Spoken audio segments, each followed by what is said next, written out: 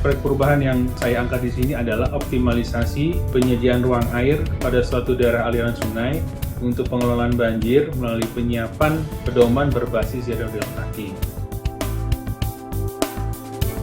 Prinsip zero delta Q adalah prinsip di mana keharusan pembuatan bangunan tidak boleh mengakibatkan bertambahnya debit pada sistem saluran drainase dan aliran sungai. Terobosan yang dilakukan di sini adalah pengelolaan banjir dilakukan secara bersama-sama dan terpadu untuk penyiapan ruang air. Pedoman penyiapan ruang air berbasis zero delta Q ini sangat diperlukan untuk memberi pedoman dan acuan bagi stakeholder, pemerintah, dunia usaha, masyarakat umum dalam pengelolaan air hujan dalam menyikapi perubahan tata guna lahan dan perkembangan wilayah.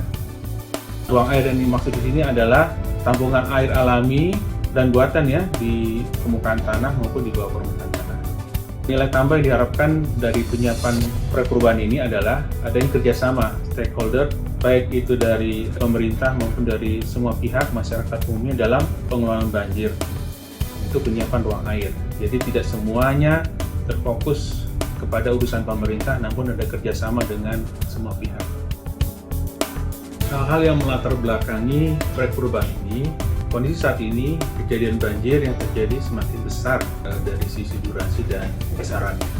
Samping itu juga perkembangan wilayah yang menyebabkan ruang air itu berkurang. Nah, saat ini jumlah situ yang di Jabodetabek ada sebanyak 208 situ. Kita bandingkan di tahun 60-an, jumlah situ ada sekitar 800-an dan di tahun 80-an menjadi 400-an situ.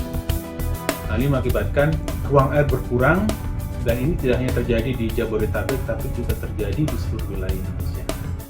Perkembangan suatu wilayah tidak bisa ditolak dan itu memang mengakibatkan berkurangnya ruang air.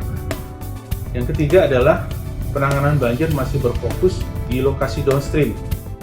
Misalnya kita membuat tanggul sungai, kolam retensi, dan lain-lain.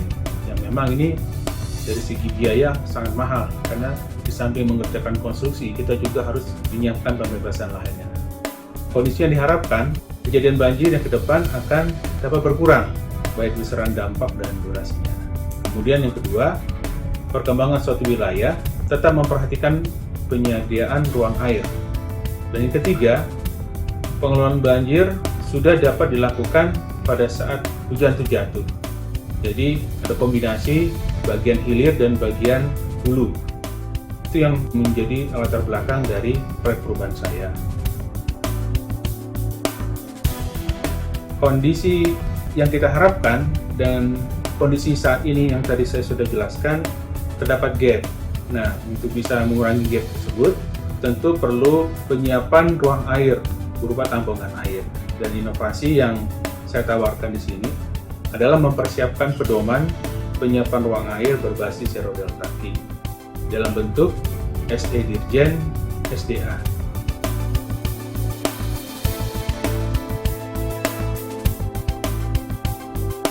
Untuk output dan outcome dari proyek perubahan ini, jangka pendek selama 2 bulan, saya bersama tim efektif akan menyusun pedoman penyiapan ruang air dengan berprinsip pada zero delta Q dalam bentuk draft SE Dirjen SDA. Serta kami akan melakukan FGD dengan BBWS dan BWS untuk mencari masukan. Dan ini sudah kami laksanakan di bulan ini, bulan Mei 2022.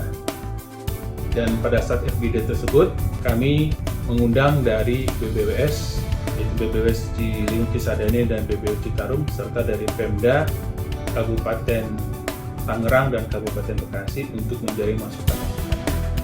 Kemudian untuk jangka menengah selama 1 tahun, draft SE Dirjen tersebut akan tersusun sebagai pedoman penyiapan ruang air dan kami akan melakukan sosialisasi SE Dirjen SDA tersebut pada BBWS dan BWS serta Pemda. Kemudian untuk jangka panjang selama 3 tahun akan menyusun peraturan Menteri PUPR untuk penyiapan ruang air dengan prinsip zero delta Q karena sebuah SE Dirjen saja tidak cukup, perlu diperkuat dengan sebuah peraturan Menteri PUPR. Dan mungkin juga dengan peraturan Menteri Dalam Negeri untuk penerapan aturan pengembangan daerah berbasis zero delta Q serta RT RW Pemda yang mengadopsi Permen PUPR tersebut. Nah, diharapkan dari bagi Dirjen Sumber Daya Air, bisa saja pengelolaan air hujan dilakukan secara terpadu sehingga kejadian banjir akan berkurang sehingga aliran permukaan dapat ditahan terlebih dahulu. Terima kasih Pak Roy telah menginovasi tentang penyusunan proyek perubahan ini, di mana materi ini tentunya akan sangat berguna nantinya di masa sekarang maupun yang masa-masa yang akan datang, karena selama ini masalah tentang catchment area yang menjadi bagian juga di dalam upaya-upaya pengendalian banjir yang terkait dengan tugas kita, dan melalui proyek perubahan ini kita dapat mengajak ke semua pihak, semua stakeholder yang terkait, apakah kita dari PUPR maupun pemerintah daerah, ya para stakeholder lainnya, untuk dapat bersama-sama mewujudkan apa yang menjadi harapan kita. Kami ini ingin menerapkan betul Pak Roy, ini yang zero delta Q ini. Nah, harapan kami mungkin nanti kami diarahkan juga Pak, ketika kami akan menerapkan ini, kami koordinasinya kemana gitu yang di PUPR itu.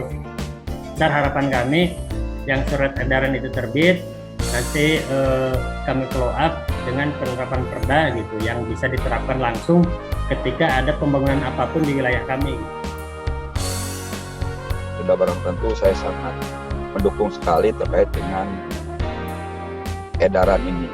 Namun demikian, tadi apa yang disampaikan oleh Pak Roy kiranya juga ini bisa kita buatkan atau kita lakukan dalam rangka pemenuhan perizinan untuk kawasan-kawasan perumahan, pemukiman atau industri ke wilayah kabupaten kota. Kami Direktorat Bina Teknik sangat mendukung proyek perubahan yang dilakukan oleh Bapak Roy Panangkom Parede STMTek, Kepala Sub Direktorat Wilayah 2 Direktorat Sungai Pantai, dengan judul Optimalisasi Penanggulangan Banjir Kawasan guna memperbesar kapasitas ruang bagi air melalui penyiapan pedoman perhitungan tampungan air berbasis zero delta Q.